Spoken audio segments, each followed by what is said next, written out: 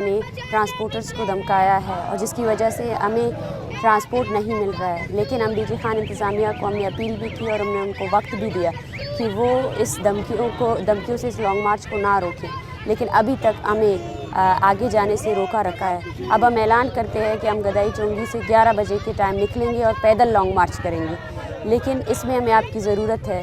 आप जितनी तादाद ला सकते हैं लाएं और इस इंतज़ामिया को हमने ये पैगाम देना है कि ये लॉन्ग मार्च अब इस तरह की हरबों से नहीं रुकेगी।